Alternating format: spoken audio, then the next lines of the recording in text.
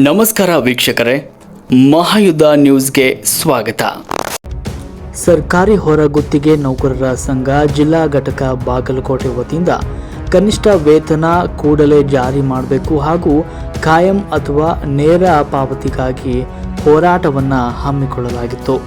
ಹೊರಗುತ್ತಿಗೆ ನೌಕರರ ಸಂಘ ಬಾಗಲಕೋಟೆ ಜಿಲ್ಲಾ ಘಟಕದ ಅಧ್ಯಕ್ಷರು ಗ್ವಾದಲೆಫ ಚಲವಾದಿ, ರಾಜ್ಯ ಸಮಿತಿ ಸದಸ್ಯರು ವಿಶ್ವನಾಥ್ ಮಾಲಗಿ ಮತ್ತು ಎಲ್ಲ ಬಾಗಲಕೋಟೆ ಜಿಲ್ಲೆಯ ಹೊರಗುತ್ತಿಗೆ ನೌಕರರು ಉಪಸ್ಥಿತರಿದ್ದರು. ವರದಿ ಅನಿಲ್ ಲಮಾಣಿ.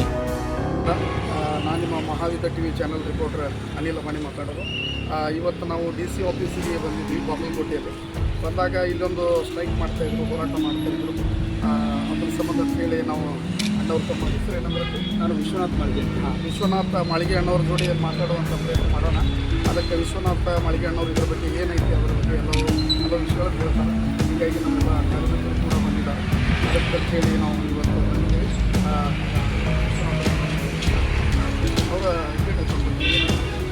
ನಾನು ವಿಶ್ವನಾಥ್ ಮಾಳಿಗೆ ಅಂತೇಳಿ ಮೀನುಗಾರಿಕೆ ಕಚೇರಿ ಜಿಲ್ಲಾ ಪಂಚಾಯತ್ ಬಾಗಲಕೋಟೆಯಲ್ಲಿ ಪ್ರವೃತ್ತಿಯ ನೌಕರರ ಜೊತೆಗೆ ಡಾಟಾ ಎಂಟ್ರಿ ಆಪರೇಟರ್ ಕೆಲಸ ಮಾಡ್ತಾಯಿದ್ದೀವಿ. ಇವತ್ತು ನಾವು ಸರ್ಕಾರಿ ಪ್ರವೃತ್ತಿಯ ನೌಕರರ ಸಂಘ ಜಿಲ್ಲಾ ಘಟಕ ಬಾಗಲಕೋಟೆ ವತಿಯಿಂದ ವಿವಿಧ ಬೇಡಿಕೆಗಳನ್ನು ಈಡೇರಿಸಿಕೊಂಡು ನಾವು ಎಲ್ಲರೂ ಇವತ್ತು ಜಿಲ್ಲೆಯಲ್ಲಿ ಇರ್ತಕ್ಕಂಥ ಎಲ್ಲ ಹೊರಗುತ್ತಿಗೆ ನೌಕರರು ಮತ್ತು ಸಂಘ ಸಂಸ್ಥೆಗಳಲ್ಲಿ ಕೆಲಸ ಮಾಡ್ತಕ್ಕಂಥ ಎಲ್ಲ ನೌಕರರು ಇವತ್ತು ಸೇರಿ ನಾವು ಜಿಲ್ಲಾಧಿಕಾರಿಗಳಿಗೆ ಒಂದು ಮನವಿಯನ್ನು ಕೊಟ್ವಿ. ಆ ಮನವಿ ಏನಪ್ಪ ಅಂತಂದ್ರೆ, ಸರ್ಕಾರ 22/5/2026 ಒಂದು ಕನಿಷ್ಠ ವೇತನ ಪದ್ಧತಿ ಅಂತೇಳಿ ಒಂದು ಆದೇಶವನ್ನು ಜಾರಿಗೆ ತಂತು. ಆ ಆದೇಶದಲ್ಲಿ ಸರ್ಕಾರಿ ವಿವಿಧ ಕಚೇರಿಗಳಲ್ಲಿ ಕೆಲಸ ಮಾಡ್ತಕ್ಕಂಥ ಹೊರಗುತ್ತಿಗೆ ನೌಕರಾಗಿರ್ಬೋದು, ಸ್ಥಳೀಯ ಸಂಸ್ಥೆಗಳಲ್ಲಿ ಕೆಲಸ ಮಾಡ್ತಕ್ಕಂಥ ನೌಕರಾಗಿರ್ಬೋದು, ಅಥವಾ ಇನ್ನಿತರ ಬೇರೆ ಯಾವ ವಿಭಾಗದಲ್ಲಿ ಕೆಲಸ ಮಾಡ್ತಕ್ಕಂಥ ಎಲ್ಲ ನೌಕರರಿಗೆ 60% ವೇತನ ಏರಿಕೆಯಾಗಿ ಒಂದು ವೇತನವನ್ನು ಹೆಚ್ಚಳ ಮಾಡಿ ಆದೇಶವನ್ನು ಮಾಡಿತ್ತು. ಆದ್ದರಿಂದ ನಾವು ಆ್ಯಕ್ಚುಲಿ ನಾವು ಬೇಡಿಕೆ ಇಟ್ಟಿದ್ದು ಸಮಾನ ಕೆಲಸಕ್ಕೆ ಸಮಾನ ವೇತನ ಮತ್ತು ನಮ್ಮನ್ನು ಕಾಯಂಗೊಳಿಸ್ರಿ ಮತ್ತು ಸಮಾನ ಕೆಲಸಕ್ಕೆ ಸಮಾನ ವೇತನ ಅಂತೇಳಿ ನಮ್ಮ ಬೇಡಿಕೆ ಇತ್ತು. ಸರ್ಕಾರ ಅದಕ್ಕೆ ಸ್ಪಂದನೆ ಕೊಡಲಿಲ್ಲ.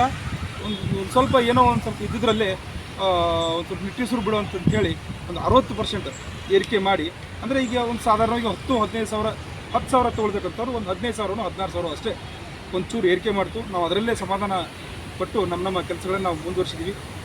ಸೊ ತಿರ್ಗಾ ಈಗ ಮತ್ತೆ ಹೊಳ್ಳಿ ಅದೇ 22/5/2026 ಮಾಡಿರ್ತಕ್ಕಂಥ ಒಂದು ಸರ್ಕಾರಿ ಆದೇಶವನ್ನು ಕೂಡ ಮರುಪರಿಶೀಲನೆ ಮಾಡಿ ನಾವು ನಿಮ್ಗೆ ಮತ್ತೆ ಹೊಸ ಒಂದು ಪರಿಷ್ಕೃತ ಆದೇಶವನ್ನು ಮಾಡ್ತೀವಿ ಅಂತ ಹೇಳಿದರು. ಸರ್ಕಾರಕ್ಕೆ ಹೊರೆ ಆಗ್ತಾಯಿದೆ. ನಾವು ನಿಮಗೆ ಕಾರ್ಮಿಕರಿಗೆ ನಿಮಗೆಲ್ಲರಿಗೆ 60% ಮಾಡತಕ್ಕಂಥ ಒಂದು ಏರಿಕೆ ಏನು ವೇತನವನ್ನು ಜಾರಿ ಮಾಡಿದ್ವಿ, ಅದರಿಂದ ಸರ್ಕಾರಕ್ಕೆ ಹೊರೆ ಆಗ್ತದೆ. ಅದಕ್ಕೆ ನಾವು ಮತ್ತೆ ಹೊಳ್ಳಿ ಪರಿಷ್ಕರಣೆ ಮಾಡಿ ನಾವು ಇನ್ನೊಂದು ಸಲ ನಿಮಗೆ ಹೊಸ ಆದೇಶವನ್ನು ಮಾಡ್ತೀವಿ ಅಂತ ಹೇಳಿದ್ದಕ್ಕೆ ನಮಗೆ ಬಹಳ ತೊಂದರೆ ಆಗಿದೆ ಮತ್ತು ಒಂದು ಅಸಮಾಧಾನವಾಗಿದೆ. ಯಾಕಂದರೆ ಏನು ಭಾಳ ಜಾಸ್ತಿ ಏನು ಮಾಡಿರಲಿಲ್ಲ, ಅದರಲ್ಲಿ ಒಂದು ಸ್ವಲ್ಪನೇ ಜಾಸ್ತಿ ಮಾಡಿ ಅದರಲ್ಲಿ ನಾವು ತೃಪ್ತಿ ಪಡ್ಕೊಂಡಿದ್ದೀವಿ. ಅದಕ್ಕೂ ಕೂಡ ಸರ್ಕಾರ ಈಗ ಏನೋ ಒಂದು ತಡೆ ಹಿಡಿದ್ರಿಂದ ನಮಗೆ ಭಾಳ ತೊಂದರೆ ಆಗಿದೆ, ಆರ್ಥಿಕವಾಗಿ ತೊಂದರೆ ಆಗಿದೆ. ತಮ್ಗೆ ಗೊತ್ತಿರಬೇಕು, ದಿನೇ ದಿನ ಏರ್ತಕ್ಕಂಥ ಬೆಲೆಗಳು ಎಷ್ಟೊಂದು ನಮ್ಮನ್ನು ಇದು ಮಾಡ್ತಾಯಿದ್ದೇವೆ ಅಂಥೇಳಿ. ಯಾಕಂದರೆ ನಾವು ಸರ್ಕಾರಿ ಕಚೇರಿಯಲ್ಲಿ ಸರ್ಕಾರಿ ನೌಕರರ ಜೊತೆಗೆ ನಾವು ಎಷ್ಟು ಕೆಲಸ ಮಾಡ್ತಾರೋ ಅಷ್ಟೇ ಕೆಲಸಗಳನ್ನು ನಾವು ಮಾಡ್ತೀವಿ. ಸೊ ಅದಕ್ಕಾಗಿಯೇ ನಾವು ಏನು ಮಾಡಿದ್ದು, ಸಮಾನ ಕೆಲಸಕ್ಕೆ ಸಮಾನ ವೇತನ ಕೊಡ್ರಿ ಅಂತ ಹೇಳಿದ್ದು. ಸೊ ಸರ್ಕಾರ ಒಂದು ಕೈಯಲ್ಲಿ ಕೊಟ್ಟು ಇನ್ನೊಂದು ಕೈಯಲ್ಲಿ ಕಿತ್ಕೊಳ್ಳುವಂಥ ಕೆಲಸವನ್ನು ಮಾಡಿದೆ. ದಯವಿಟ್ಟು ಆ ಥರ ಮಾಡಬೇಡ್ರಿ. ಯಾಕಂದರೆ ನಾವು ಕೂಡ ಸರ್ಕಾರಿ ನೌಕರರಂತಲೇ ಕೆಲಸ ಮಾಡ್ತೀವಿ ಸರ್ಕಾರಿ ಕಚೇರಿಯಲ್ಲಿ. ಅದಕ್ಕೆ ನಮ್ಮ ಕಡೆಯೂ ಒಂಚೂರು ದಯೆ ತೋರಿಸಿ ಆ ಒಂದು 22/5/2026 ಹೊರಡಿಸಿದಂಥ ಒಂದು ಆದೇಶವನ್ನೇ ಪುನಃ ಮತ್ತೊಂದು ಸಲ ಆದೇಶ ಮಾಡೋದ್ರಿಂದ ಅಕಸ್ಮಾತ್ ಅದೇನಾದರೂ ಕಡಿಮೆ ಆದದ್ದಾದರೆ, ಅದಕ್ಕಿಂತ ಸ್ವಲ್ಪ ಏನಾದರೂ ಕಡಿಮೆ ಆಗಿ ಅದಾದರೆ ನಮಗೆ ನೌಕರಿಗೆ ತುಂಬ ಆರ್ಥಿಕವಾಗಿ ಸಂಕಷ್ಟಕ್ಕೆ ಸಿಲುಕ್ತು ಅಂತ ಹೇಳ್ಕೊಂಡು ಅದೇ ಒಂದು 22/5/2026 ಮಾಡತಕ್ಕಂಥ ಆದೇಶವನ್ನು ಮುಂದುವರಿಸಬೇಕಂತ ನಾವೆಲ್ಲರೂ ಇವತ್ತು ಸೇರಿ ಜಿಲ್ಲೆಯಲ್ಲಿರ್ತಕ್ಕಂಥ ಎಲ್ಲ ಹೊರಗುತ್ತಿಗೆ ನೌಕರರು ಎಲ್ಲರೂ ಸೇರಿ ಇವತ್ತು ನಮ್ಮ ಜಿಲ್ಲಾಧಿಕಾರಿಗಳ ಮುಖಾಂತರ ಮಾನ್ಯ ಮುಖ್ಯಮಂತ್ರಿಗಳಿಗೆ ಮತ್ತು ಕಾರ್ಮಿಕ ಸಚಿವರಿಗೆ ಮತ್ತು ಸಂಬಂಧಪಟ್ಟ ಇಲಾಖೆ ಅಧಿಕಾರಿಗಳಿಗೆ ನಾವು ಇವತ್ತೊಂದು ಮನವಿಯನ್ನು ಕೊಟ್ಟು ನಾವೆಲ್ಲರೂ ಇಲ್ಲಿಂದ ನಿರ್ಗಮಿಸಿದ್ವಿ.